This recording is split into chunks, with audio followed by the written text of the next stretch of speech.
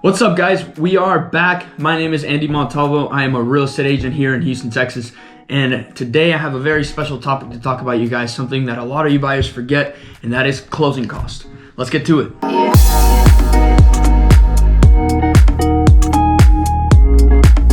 Today we're representing the Houston Astros.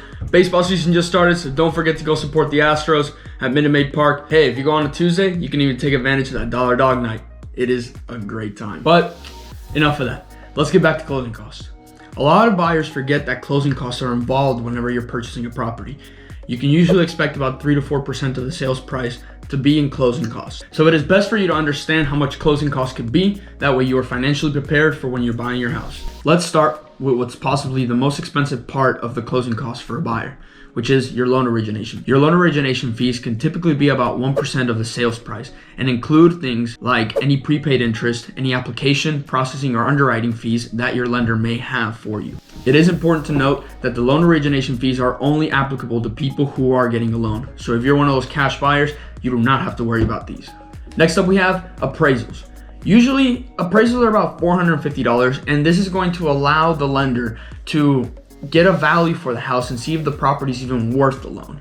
So it's something that you can't really avoid, and if you're securing a loan, the lender's going to do it. If you have cash, of course, another thing you don't have to worry about, unless you want to do an appraisal and you want to kind of get an idea of what the home is worth. Up next is what I believe is the most important thing a buyer can pay for whenever it comes to closing on a house, and that is inspections. The cost of an inspection can vary depending on the size of the property and the type of property that it is, but usually you can expect a charge of amount maybe $500 for an inspection. So make sure you read through that sales disclosure and see the property so you can know anything that you may be worried about that may need to be inspected. Up next, we have surveys.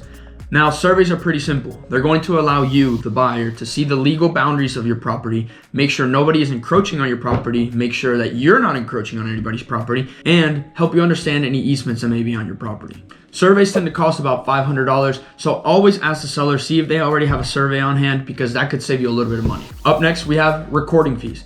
Now, recording fees are charged in order to register the sale of the property with the state and have the property transferred to you. Recording fees do vary from county to county. You can expect around maybe $125, maybe $150 for the recording fee. The next closing cost and final closing cost that you usually will have as a buyer is your credit report.